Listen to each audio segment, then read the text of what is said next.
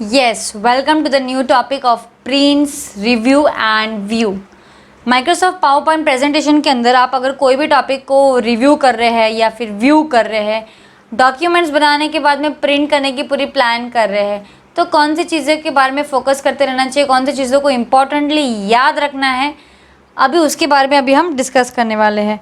लेकिन power point presentation के time पे आप प्रिंट सेक्शन अगर देखोगे ना तो बहुत ज़्यादा है। कुछ टाइम पे लोग क्या करते हैं ना, उसको पूरा का पूरा पीडीएफ में कन्वर्ट कर देते हैं and then they take a print out. कभी कभी कुछ लोगों का इंटेंशन होता है कि हमको सिर्फ पर्टिकुलर स्लाइड प्रिंट करना है, जो कस्टमाइज्ड सिलेक्शन स्लाइड्स है ना, सिर्फ वही करनी है, या फिर कुछ ऑल्टरनेटिव स्लाइड्स प्रिंट आउट करनी है। तो पहले हमें ना प्रिंटिंग के बारे में जो भी है ना, सारा कुछ प्रिंटिंग के ऊपर हम देख लेते हैं। प्रिंटिंग के बारे में कितनी वेरिएशंस है, प्रिंटिंग के क्या क्या रूल्स होते हैं, क्या कमांड्स है। मैं होम सेक्शन में आ चुकी हूँ, पर प्रिंट तो कहाँ होता है, प्रिंट तो फाइल टैब के अंदर होता है। या फिर आप एक शॉर्टकट की है जो आप याद रख सकते हो, Ctrl+P, P फॉर पैरट। तो या तो मैं फाइल में आके इधर प्रिंट ऑप्शन पे आ जाऊँ, या फिर आप डायरेक्टली Ctrl+P अगर आप प्रेस करते हो तो आपको यहाँ पे पहुँच जाओगे। सेम तरीका है। यहाँ पे आपको एक्स्ट्रा स्क्रीन व्यू देखने मिलता है कि आपका कितना स्पेस बच रहा है। और prints copies 1, printer, AnyDesk printer, fax, Microsoft print to PDF, XPS, OneNote and OneNote for Windows. मैं आपको एक एक चीज़ एक्सप्लेन करना चाहूँगी, बट बॉटम टू टॉप पहले मैं वन नोट फॉर विंडोज़ 10 आपको एक्सप्लेन कर देती हूँ। वन नोट यानी क्या कि एक माइक्रोसॉफ्ट का टूल है, जैसे पब्लिशर, आउटलुक, वन नोट बहुत कम यूजेबल यूज़र्स है, इसलिए बहुत कम लोग अवेयर है उस चीज़ के बारे में। लेकिन वन नोट क्या करता है, it is similar to Microsoft Word, not much similar but थोड़ा बहुत सिमिलर है। वो डॉक्यूमेंट जाके सेव हो जाएगा, प्रिंट नहीं होने वाला, क्योंकि मैंने प्रिंटर कनेक्ट ही नहीं किया मेरे डिवाइस को, तो हाउ वो किस बेसिस पे प्रिंट होने वाला है। वन नोट डेस्कटॉप, ये डेस्कटॉप पे जाके ये फाइल सेम तरीके से सेव हो जाएगी, बस पावर पॉइंट के बदले वन नोट में सेव हो जाएगी। माइक्रोसॉफ्ट एक्सपीएस डॉक्यूमेंट राइटर, ये पीडीएफ का ही फॉर्मेट है, पीडीएफ जैसा है लेकिन पीडीएफ नहीं है, ठीक है। तो एक्सपीएस डॉक्यूमेंट है ना, मोबाइल में, एंड्रॉयड फ़ोन्स में इजीली ओपन नहीं होता है ये, क्योंकि ये माइक्रोसॉफ्ट एक्सपीएस डॉक्यूमेंट सिर्फ और सिर्फ कंप्यूटर्स या लैपटॉप या डेस्कटॉप के लिए बनाया गया है। माइक्रोसॉफ्ट प्रिंट टू पीडीएफ मतलब जो भी डॉक्यूमेंट है पीडीएफ में कन्वर्ट कर दो, जैसे हम प्रिंटर कनेक्ट करेंगे फ्यूचर में तब हम प्रिंट आउट लेंगे, अभी फ़िलहाल इसकी रिक्वायरमेंट नहीं है। अगर मैं फैक्स की बात करूँ तो फैक्स एक ऐसा मटेरियल है, एक उसमें सीरियल नंबर होते हैं, सीरियल कोड्स होते हैं। हमें अगर प्रिंट आउट करना है, फॉर एग्जांपल मैं मुंबई लोकेशन पे अगर बैठी हूँ, I want to print something to the location of Delhi, क्यों ऐसा कर रहे हैं हम, फैक्स क्यों करें, ताकि जो एक्चुअल डेटाबेस है, जो प्राइमरी डेटाबेस है, जो रियलिटी ऑफ डेटाबेस है, वो हमारे पास ही रहेगा। हमें किसी को मेल या व्हाट्सएप या किसी को डेटाबेस शेयर करने की कोई ज़रूरत नहीं है, हम डायरेक्टली अपने ही डिवाइस से फैक्स कर देंगे, यानी वो सामने ऑटोमेटिकली प्रिंटर भी ऑन रहेगा, फैक्स मशीन ऑन रहेगी और वहाँ पे कंटेंट प्रिंट हो जाएगा। एनी डेस्क प्रिंटर मतलब एनी डेस्क एक एप्लीकेशन है जिसे हम वर्चुअली किसी दूसरे कंप्यूटर्स या लैपटॉप्स को कनेक्ट कर सकते हैं। तो मैंने कोई ऐसा डिवाइस कनेक्ट किया था जिसके लैपटॉप या कंप्यूटर के अंदर प्रिंटर कनेक्टेड था, तो उसके वजह से मेरे को यहाँ पे दिखा रहा है एनी डेस्क प्रिंटर। मतलब फ्यूचर में अगर मैं फिर से अगर उस बंदे का या फिर उस बंदी का अगर लैपटॉप या कंप्यूटर कनेक्ट करती हूँ, तो प्रिंट कमांड अगर मैंने दिया हुआ है तो उसके घर पे या उसके ऑफिस में या उसके कोई भी पर्टिकुलर लोकेशन में ना प्रिंट्स निकलना शुरू हो जाएगा ऑटोमेटिकली। फिर है print all slides, print current slide, print custom slide. All slide मतलब क्या, 17 के 17 सब का सब प्रिंट हो जाएगा। करंट स्लाइड मतलब क्या, page number, I mean slide number 6। Custom range क्या होती है, यहाँ पे कस्टम रेंज स्लाइड्स हम इसको बता रहे, 3 से लेके हमें प्रिंट करनी है 7, तो सिर्फ 3 से 7 तक ही वो प्रिंट करेगा। देखो 3 से 7 तक है तो 1 2 3 4 5 दैट्स इट, उसके अलावा और कुछ दिखा रहा है क्या, कुछ भी नहीं दिखाने वाला वो हमें। यहाँ पे मैं इसको क्लोज ही कर देती हूँ, ये ऑल स्लाइड काफ़ी बढ़िया लग रहा है। फिर उसके बाद है प्रिंट वन साइड, कुछ प्रिंटर्स वन साइडेड होते हैं, कुछ प्रिंटर डबल साइडेड होते हैं, कुछ जेरॉक्स मशीन सिंगल साइडेड होती है, कुछ जेरॉक्स मशीन डबल साइडेड होती है। तो डिपेंड्स, अगर आपका प्रिंटिंग जो है डबल साइड एक्सेप्ट कर रहा है तो आपके pages back to back print होने वाले, वरना एक एक सिंगल पेजेस पे प्रिंट होते रहेगा। इसमें है ना लॉन्ग एज और शॉर्ट एज के बारे में थोड़ा समझ के लेना बहुत ज़रूरी है। लाइक मैं आपको 2-3 ब्रांड के बारे में बताना चाहूँगी, जैसे ब्रदर, एप्सन, कैनॉन। ये जो 3 है ना, ये प्रिंटर के डिवाइस के ब्रांड है। ओके, काफ़ी पॉपुलर है। तो इसमें क्या होता है, long edge and short edge, यानी अगर डॉक्यूमेंट वर्ड में बनाया है ना माइक्रोसॉफ्ट वर्ड में और बैक टू बैक लेना है ना प्रिंट, तो हमेशा लॉन्ग एज के साइड में ही जाना। एक्सेल में है ना डेटाबेस, तो शॉर्ट एज के हिसाब से जाना, बिकॉज उसमें एक्सेल में रोज़ एंड कॉलम्स कभी कभी हम वाइड रखते हैं, कभी हम स्मॉल रखते हैं, कभी मिनी रखते हैं, या कभी तो एकदम नॉर्मली रखते हैं, जो भी एक्सेल का बाय डिफ़ॉल्ट कंटेंट रहेगा। तो यहाँ पे एक चीज़ का ख्याल रखना, कोलैटेड, अनकोलैटेड, ये क्या करता है, डेटाबेस हाफ हाफ तरीके से प्रिंट करता है। नो स्टेपल्स, कभी भी स्टेपल टॉप लेफ्ट अगर मैंने सिलेक्ट कर दिया तो वहाँ पे ना एक एरो मार्क दिखाता है, प्रिंट करने के बाद दिखाता है वो कि यहाँ पे स्टेपल कर दो, तो हम अपनी मर्ज़ी के हिसाब से स्टेपल करना चाहेंगे। अब ये कलरफुल स्लाइड है तो कलरफुल प्रिंट आउट चाहिए, या फिर प्योर ब्लैक एंड वाइट की रिक्वायरमेंट है।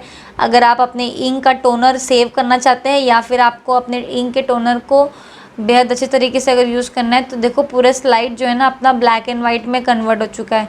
अगर मैं इसको ग्रे स्केल लेती हूँ तो थोड़ा सा चेंज हो गया है, राइट। ग्रे स्केल में थोड़े कलर्स दिखाई देते हैं, पर ब्लैक एंड वाइट में तो ट्रांजिशंस, ये जो डिज़ाइंस है ना, वो तो पूरे की पूरी चली जाने वाली है, वो बिल्कुल भी नहीं आने वाली। ग्रे स्केल फिर भी अलाउ करता है। चलो वापस कलर पे देख लेते हैं। तो ये एक बार आपका सिलेक्ट हो गया ना, फिर आपको अगर कुछ और भी चेंजेस करना है तो आप प्रिंट प्रॉपर्टीज़ पे क्लिक कर सकते हो। डेटाबेस लैंडस्केप में चाहिए या पोर्ट्रेट में चाहिए, आप यहाँ पे डिसाइड करके बता दीजिए, and you have to do okay.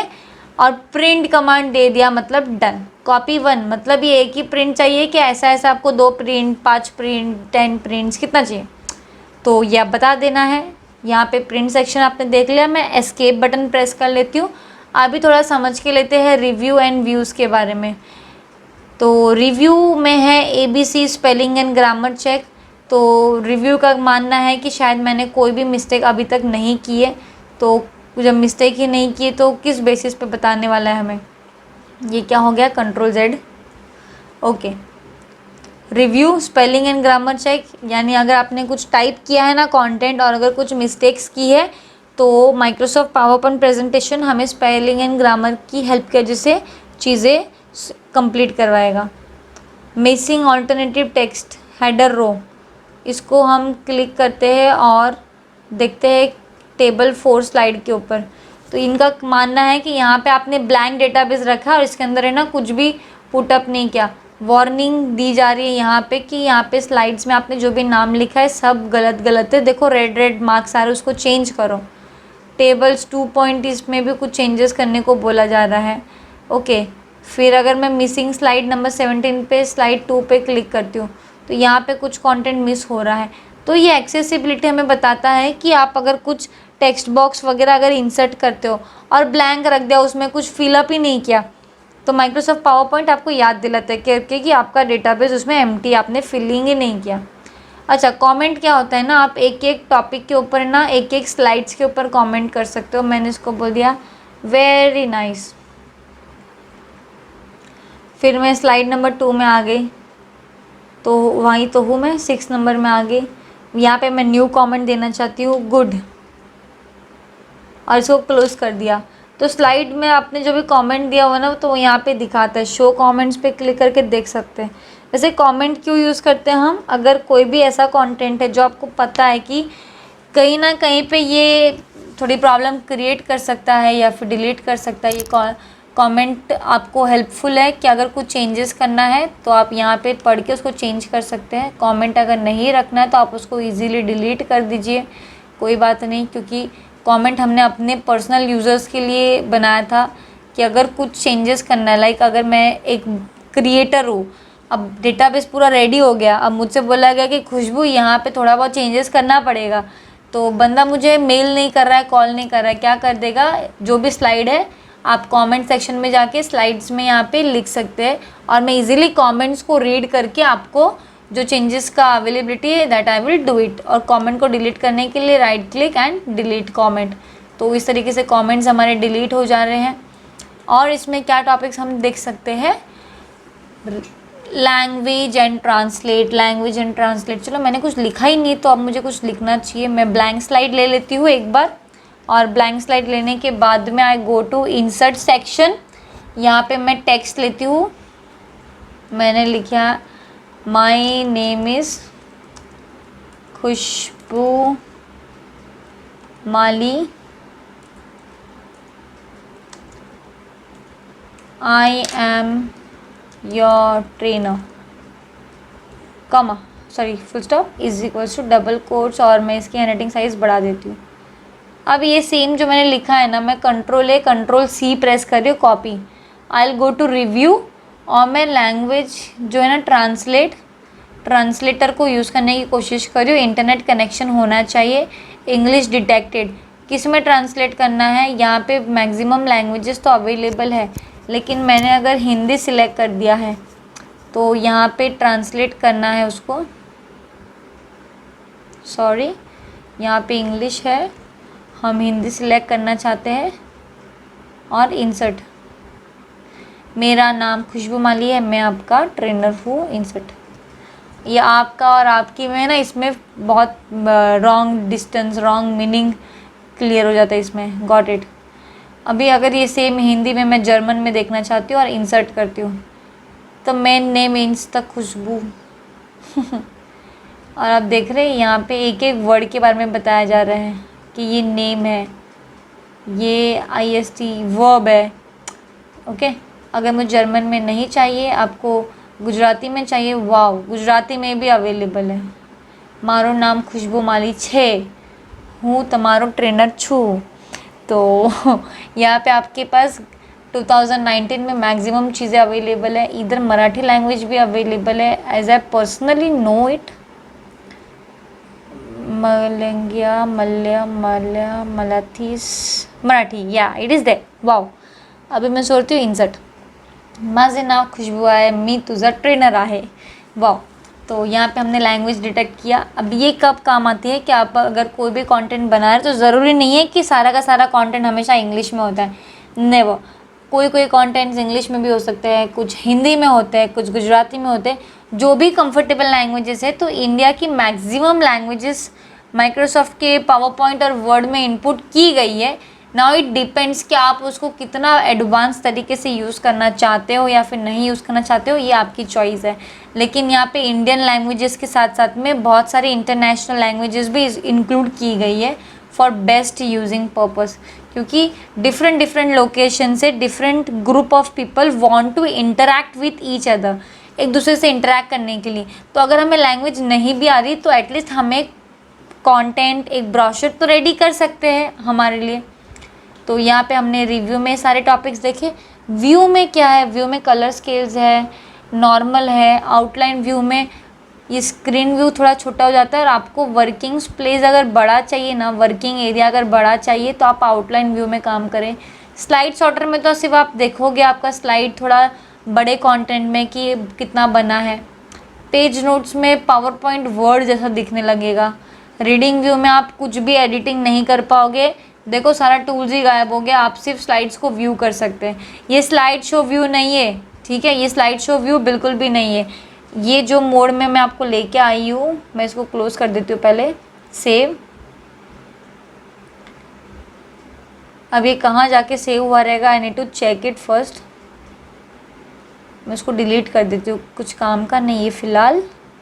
Downloads, हाँ ये रहा, मिल गया। तो देखा आपने, मुझे पूरा स्लाइड शो ही बंद करना पड़ा। व्यू, तो यहाँ पे रीडिंग व्यू पे मत आइए, यहाँ पे तो सिर्फ आप व्यू कर सकते, कुछ भी चेंजेस, एडिटिंग, कुछ भी, मतलब एक सिंगल एडिटिंग का कुछ भी नहीं कर सकते आप। और स्लाइड मास्टर व्यू क्या कर रहा है, यहाँ पे एक रूलर क्रिएट कर देता है और आपको इन्फॉर्मेशन बता रहा है कि टॉपिक में कौन सी चीज़ें कहाँ पे आप पुटअप कर सकते हो नया। इसने पूरा ही डिलीट कर दिया। स्लाइड मास्टर व्यू अलग से टॉपिक ओपन करके दे दिया होम के पहले। हैंडआउट्स मास्टर का अलग से व्यू है ये। फिर अगर मैं वापस व्यू में आती हूँ, नोट्स मास्टर का अलग से व्यू है। तो सबके अलग अलग व्यूइंग ऑब्जेक्ट से डिपेंड्स आपको कौन सी सूटेबल चॉइस चाहिए। मैं वापस से व्यू में जाके I go to the back. Normal is much more better. अगर आप बात एडवांस चीज़ें अगर यूज़ नहीं करते तो नॉर्मल इज़ बेटर। अब रूलर वर्ड में और पावर पॉइंट में और एक्सेल में सबसे ज़्यादा रूलर जो है ना वर्ड में यूज़ होता है, पावर पॉइंट और एक्सेल में नहीं यूज़ होता। ग्रिड लाइंस एक्सेल में काम की है और गाइड्स जो है वो भी हम वर्ड में ही यूज़ करेंगे। लाइक पावर पॉइंट में भी कर सकते हैं, लाइक 4 अलग अलग पार्टीशन बन जाते हैं तो हमें इमेज की प्लेसमेंट करना थोड़ा ईजी हो जाता है। हमें समझ में आता है कि अच्छा ये इमेज हम यहाँ पे प्लेसमेंट करेंगे। तो ये आपकी पर्सनल चॉइस के ऊपर आपको रखना है या नहीं रखना है। कलर स्केल्स हमने चेकआउट किया प्रिंट मोड में। अब विंडोज़ में यहाँ पे क्या दिया है, न्यू विंडो है, अरेंज ऑल है, कैस्केड है और मूव स्प्लिट के बारे में है।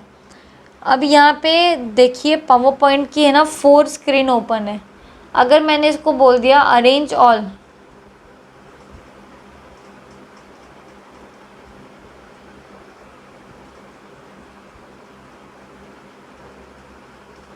एक सेकेंड, मैं इस स्लाइड पे जाके व्यू में बोलती हूँ अरेंज ऑल, तो 2 अरेंज हो चुकी है।